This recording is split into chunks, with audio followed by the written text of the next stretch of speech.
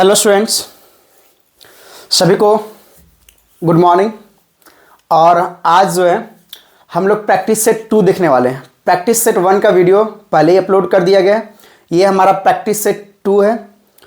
Video को बिना skip किए हुए देखिए और अपने आप से पूछिए कि हमारी तैयारी कहाँ तक हो पाई है। जितना भी क्वेश्चंस दिया गया, अगर सारा क्वेश्चंस आपसे बन जा रहा है तो मतलब आपकी तैयारी अच्छी हो रही है। नहीं बन रहा है तो सुधार करने की ज़रूरत है। चूँकि आप 1 साल क्या पढ़े हो ना, वो मैटर नहीं करता है। मैटर ये करता है कि आप लास्ट के जो चंद दिन बचे हुए हैं उसमें आप कितना बेहतर प्रिपरेशन कर रहे हो। और प्रिपरेशन करने का एक सबसे अच्छा मूल मंत्र ये है कि ऐसा प्रिपरेशन करो लगे कल ही मेरा एग्ज़ाम है। आज मैक्सिमम कितना हम पढ़ सकते हैं, आज मैक्सिमम हम कितना पढ़ सकते हैं, ये सोच के पढ़िए कि कल ही मेरा एग्ज़ाम है। तो यकीन मानो कि आपका प्रिपरेशन जो होगा वो काफ़ी बेहद होगा। रिजल्ट जब आएगा ना तो वाकई खूबसूरत होगा। तो चलिए हम लोग स्टार्ट करते हैं। प्रैक्टिस सेट 2 है, ये आपका जो है सेट 2 है। सेट 1 का वीडियो पहले अपलोड कर दिया गया। जो लोग नहीं देख पाए हैं वो वीडियो को देख लीजिएगा। सेट 1 का जो वीडियो है वो पहले ही अपलोड कर दिया गया है। डिस्क्रिप्शन में लिंक दे रहे हैं, आराम से जाइए और देख लीजिए।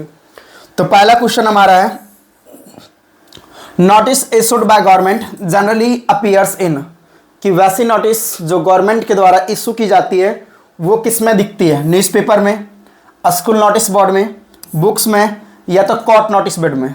तो कह कि वैसी नोटिस जो गवर्नमेंट के द्वारा इशू की जाती है वो जनरली नज़र आती है किसमें? न्यूज़पेपर में। तो ऑप्शन क्या आ जाएगा? A is correct. In notice writing the name of the institutions या organisation is place. Correct. In notice writing में जो है name of institution, name of institutions या ऑर्गेनाइजेशन कहाँ पे होता है? तो नोटिस राइटिंग में जो है नेम ऑफ द इंस्टीट्यूशंस या ऑर्गेनाइजेशन जो है below the heading, at the top, after the date, या एनीवेयर इन द नोटिस। तो क्या हो जाएगा? At the top. क्या हो जाएगा?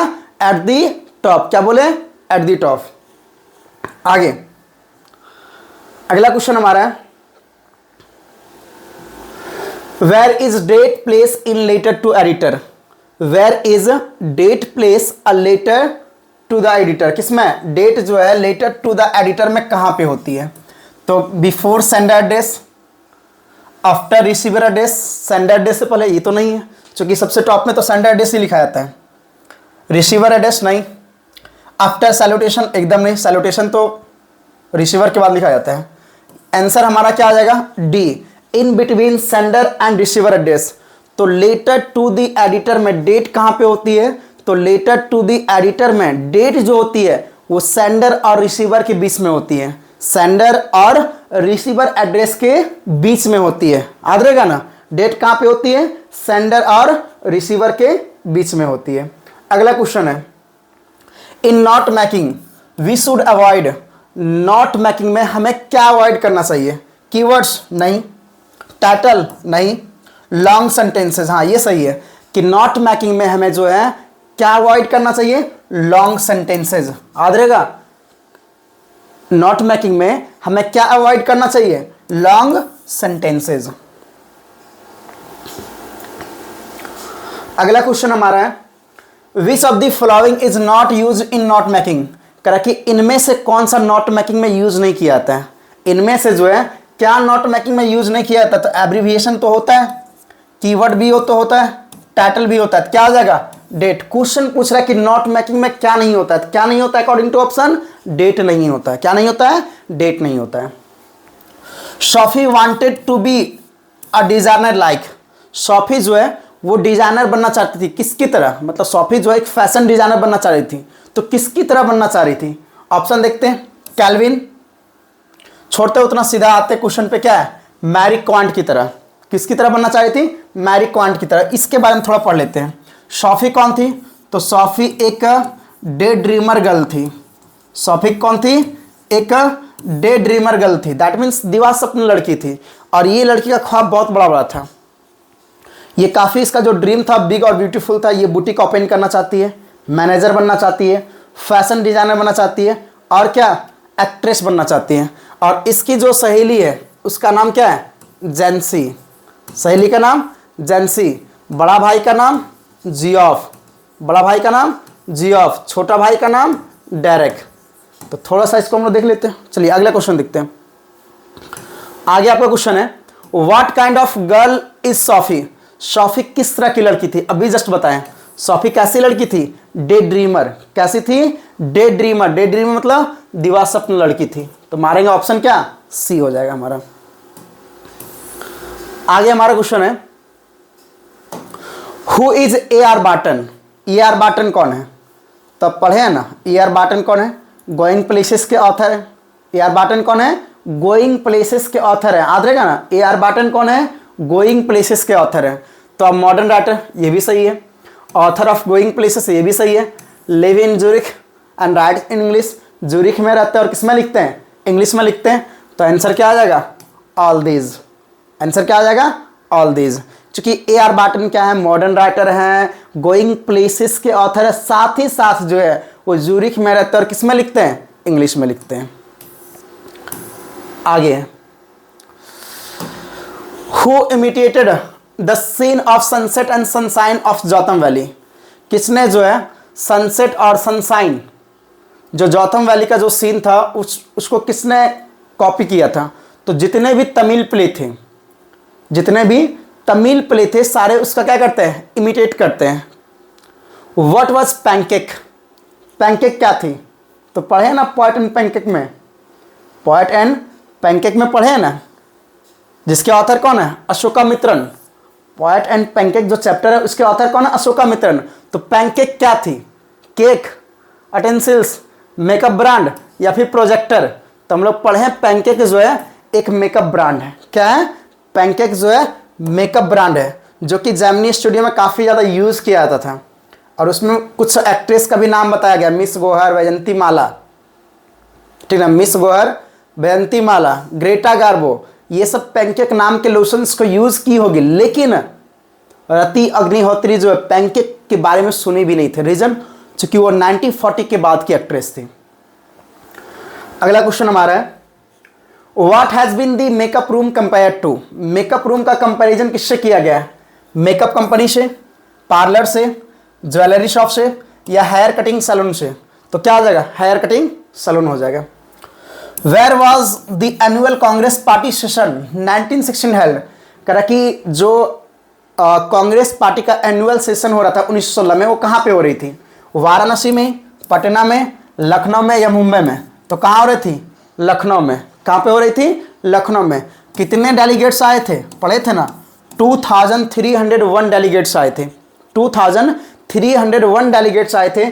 उनमें से एक किसान भी था जिनका नाम था राजकुमार शुक्ला। पढ़े हम लोग, जिनका नाम क्या था? राजकुमार शुक्ला, जो कहाँ से आए थे? चंपारण से आए थे। कहाँ से आए थे? चंपारण। चंपारण कहाँ पड़ता है? बिहार में पड़ता है। आगे, Gandhi ji got a doctor to volunteer his service for? Gandhi जो एक डॉक्टर के रूप में, गांधी जो है एक स्वयंसेवी डॉक्टर के रूप में अपना सर्विस दी थे। कितना महीना तक? 6 महीना तक। कितना महीना तक? 6 महीना तक।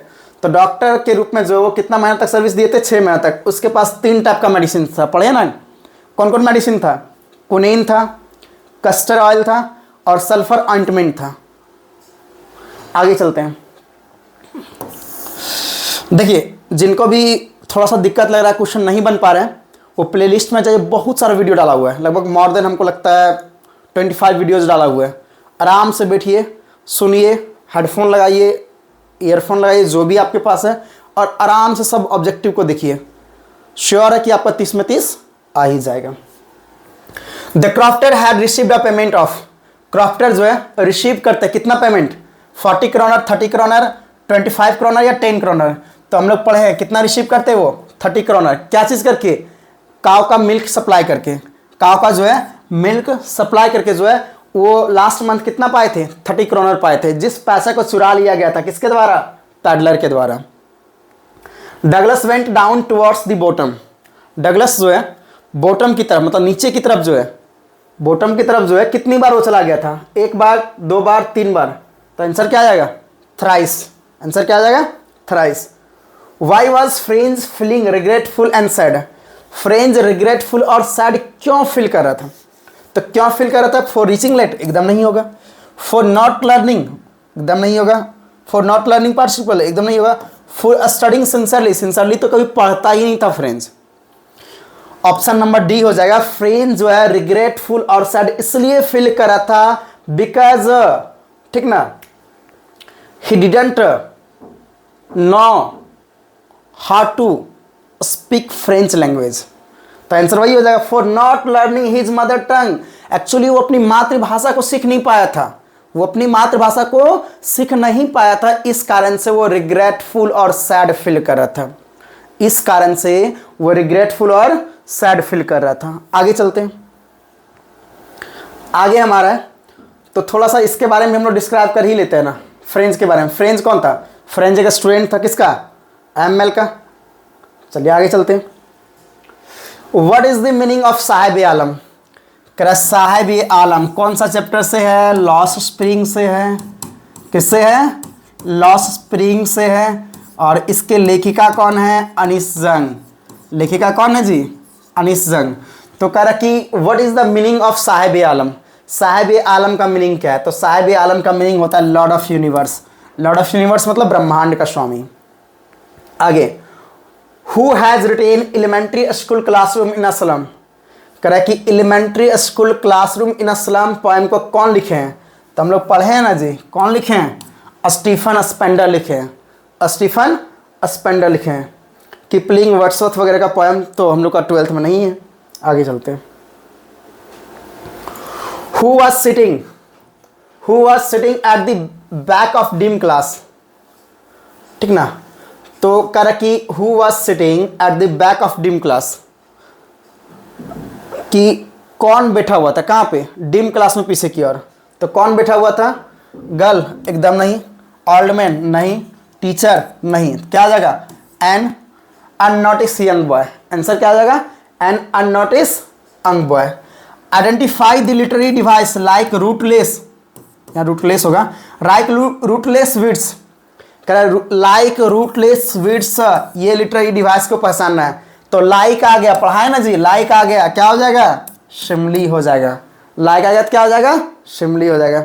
जिसको ये सब नहीं आता पीछे वाला वीडियो जाके देखिए, प्रैक्टिस सेट 1 में भी बताए हैं, और जो पीछे वीडियो उसमें भी बताएं सिमली क्या होता है, मेटाफर क्या होता है, एलिट्रेशन क्या होता है, पर्सोनिफिकेशन क्या होता है। आगे क्वेश्चन हमारा है, fisherman in the cold sea would not harm. Fisherman जो है कॉल्ड सी में किसको नुकसान नहीं पहुंचाएंगे? तो वेल्स। किसको? वेल्स। आगे, who is the poet of the poem thing of beauty? Thing of beauty poem के पोएट कौन है? तो थिंग ऑफ ब्यूटी पोएम के पोएट कौन है? Thing of beauty John Keats है। कौन है? John Keats. याद रहेगा, thing of beauty, thing of beauty, क्या बोल रहे हैं? थिंग ऑफ ब्यूटी पोएम के पोएट कौन है? जॉन कीट्स हैं। कौन है? जॉन कीट्स हैं। रॉबर्ट फ्रॉस्ट, रॉबर्ट फ्रॉस्ट किसके हैं बताइए? रॉबर्ट फ्रॉस्ट किसके हैं जी? रॉबर्ट फ्रॉस्ट जो है रोड साइड स्टैंड, किसके हैं? Roadside stand. याद रहेगा, रॉबर्ट फ्रॉस्ट किसके पोएट हैं? रोड साइड स्टैंड के। स्टीफन स्पेंडर, हम लोग पढ़े हैं ना, Stephen Spender elementary school. Adrienne Rich, Adrienne Rich, Rich Rich आधा रहा क्लास में कुछ बोले थे, रीच। टाइगर कौन पालता है? रीच आदमी। तो एड्रिन रीच अंट जेनिफस टाइगर। चलिए आगे क्वेश्चन है, what is being sold on road side stand? Road side stand पे क्या चीज बेची जा रही है? तो रोड साइड स्टैंड पे जो वाइल्ड बेरीज, गोल्डन स्क्वैश और कुछ अदर सिमिलर प्रोडक्ट को बेची जा रही है। तो रोड साइड स्टैंड पे जो है वाइल्ड बेरीज, स्क्वैश और कुछ उससे सिमिलर प्रोडक्ट को बेची जा रही है। वो लोग भी चाह रहे कि कुछ सारी पैसा हम लोग के हाथों में भी आ जाए ताकि अपने जिंदगी को थोड़ा अच्छा से जी पाए। Why does Charlie want to visit Galesburg? Charlie जो है गैल्सबर्ग क्यों विजिट करना चाह रहा था? तो गैल्सबर्ग विजिट करने के पीछे reason, to escape from the troublesome world. एकदम सही हो जाएगा कि ये तनाव टेंशन वाली दुनिया से वो बाहर जाना चाह रहा था। ये जो प्रेजेंट वर्ल्ड था वो बहुत टेंशन, तनाव, भय, चिंता, वरी सब ये इसके इस दुनिया से वो बाहर जाना चाह रहा था। इस कारण से वो प्लानिंग करता है कहाँ जाए? गैल्सबर्ग जाए। What did Charlie see at the third level? Charlie जो है थर्ड लेवल पे क्या देखता है? तो चार्ली थर्ड लेवल पे देखता है ब्रास स्पिटोन्स है। स्पिटोन्स मतलब पित्तल का थुकदान। Flickering gas light, flickering gas light है। पीपल विथ फनी मुस्टक, उनकी मूछें जो है अजीब अजीब है। Man wearing a tan gabardine suit and straw, कि वहाँ पे आदमी जो है वो 4 बटन वाला जो सूट होता है वो पहना हुआ था। और तो आंसर क्या आ जाएगा? ऑल दीज, चूंकि चार्ली बोला क्या थर्ड लेवल पे दिखता है, तो ये सब दिखता है। आगे चलते हैं। इस time the Maharaja visited his father in law, प्रत्येक बार जब महाराजा अपने इन लॉ हाउस जाते थे कितने बाघों को मार लेते हैं?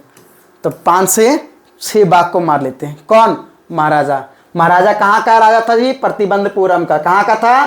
प्रतिबंधपुरम का। अपने राज्य में 10 सालों में कितना बाघ मारा? 70 बाघ। 29 बाघ कहाँ पे मारा? इन लॉ हाउस में।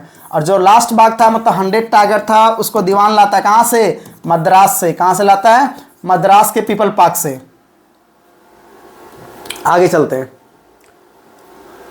एट वॉट एज डिड इक्को स्टार्ट राइटिंग नॉवेल्स, कितने एज में इक्को ने जो है नॉवेल्स को लिखना स्टार्ट किया? तो कमेंट करके हमें जरूर बताएं, पढ़ा है ना कितना एज में वो नॉवेल्स को लिखना स्टार्ट किया। Who actually shot and kill the 100 tiger, actually में जो है किसने 100वें बाघ को मारा था? तो 100वां बाघ जब राजा उस पर गोली चलाया तो बाघ को गोली लगा नहीं था, बाघ तो मरा नहीं था, वो केवल अचेत हो गया था। तो एक्चुअली में 100वें बाघ को किसने मारा? तो Hunter, one of the Hunter. क्या याद रहेगा? One of the Hunter. जो भी हंटर था उनमें से एक ने थोड़ा सा पीछे होकर गोली मार दी है। और इस तरह से 100वां बाघ कौन मारा था? हंटर मारा था। आगे हमारा है the name of the program that takes high school students to the end of the earth is, उस प्रोग्राम का नाम क्या है जो हाई स्कूल के स्टूडेंट्स को ले गया था? कहाँ पे? एंड ऑफ द अर्थ। तो उसका प्रोग्राम का नाम था स्टूडेंट ऑफ आइस नहीं, स्टूडेंट फॉर आइस नहीं, स्टूडेंट अबव आइस नहीं, स्टूडेंट ऑन आइस। जिसका हेड कौन था? एक कैनेडियन था जिनका नाम जियोफ ग्रीन था। तो प्रोग्राम का नाम क्या था जो हाई स्कूल के स्टूडेंट को एंड ऑफ द अर्थ ले गया गया? तो प्रोग्राम का नाम था स्टूडेंट ऑन आइस। प्रोग्राम का नाम क्या था? Student on ice. चलिए अब ज्यादा क्वेश्चन नहीं बचा हुआ, कुछ क्वेश्चन और है।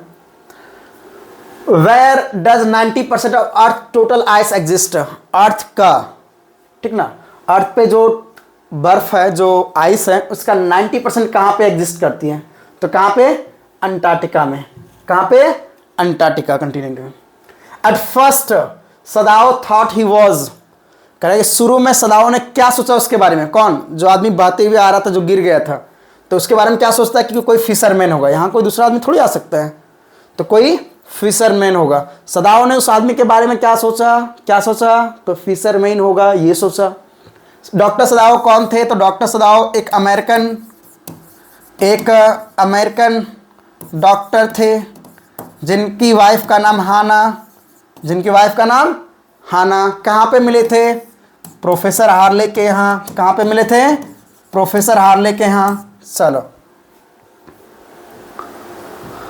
सदाओ एंड हिज वाइफ हैड, सदाओ और उनकी वाइफ के कितने चाइल्ड हैं? तो सदाओ और उनके वाइफ के 2 चाइल्ड हैं। कितने चाइल्ड हैं? 2 चाइल्ड हैं। याद रहेगा, सदाओ और उसकी वाइफ के कितने चाइल्ड हैं? 2 चाइल्ड हैं। आगे, the chief concern for Sadao father was, Sadao के पापा के अंदर जो चीफ कंसर्न थी, चीफ कंसर्न करता मेन जो चिंता की विषय थी वो क्या थी?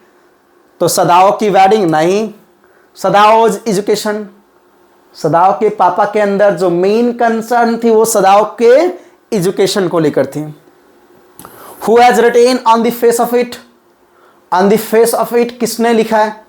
On the face of it किसने लिखा है? तो ऑप्शन ए इज करेक्ट, सुजन हिल ने। किसने लिखा है? सुजन हिल ने। आगे, हाउ मच टाइम डिड बामा टेक टू रीच होम, बामा को जो है घर पहुंचने में कितना समय लगता था? तो कितना समय लगता था जी? तो एक्चुअली स्कूल से उससे घर का दूरी तो मात्र 10 मिनट का था, लेकिन वो आधा घंटा से 1 घंटा लगा देती थी। क्यों? क्योंकि मार्केट में तरह तरह की एक्टिविटीज़ को देखती है, कभी पपेट शो, कभी विभिन्न टाइप के पॉलिटिकल पार्टीज़ का जो मंच होता, भाषण जो होता, कभी मछली, तो कभी खिलौना, कभी स्वीट्स, कभी स्नैक चार्मर, तो कभी क्या मंकी जो परफॉर्म करता है, कभी साइकिलिस्ट वाला गेम। इस तरह से जो है वो देखते देखते जो 10 मिनट का रास्ता है उस 10 मिनट के रास्ते को कवर करने में 30 मिनट से 1 घंटा लगा देती। कौन? बामा। कौन चैप्टर का है? मेमोरीज ऑफ चाइल्डहुड का है। किसका है? मेमोरीज ऑफ चाइल्डहुड का है। साथ ही साथ बात करें तो बामा का भाई का नाम अन्नन, बामा का भाई का नाम अन्नन, याद रहेगा ना, बामा का भाई का नाम अन्नन। तो ये हमारा प्रैक्टिस सेट 2 कंप्लीट होता है। आप इस वीडियो को ज़्यादा से ज़्यादा अपने दोस्तों के बीच शेयर करें ताकि मैं भी मोटिवेट होके आपके लिए नया वीडियो बना के ला सकूं। अगर हो सके तो आप इसे अपने स्टेटस में लगा दें, शेयर कर दें ताकि और भी बच्चे को फ़ायदा पहुंच पाए। और कमेंट करके हमें ज़रूर बताएं कि आपका जो है कितना क्वेश्चंस गलत हुआ है या कितना सही हुआ। चलिए मिलते हैं हम लोग अगले वीडियो में। Thank you for watching my video.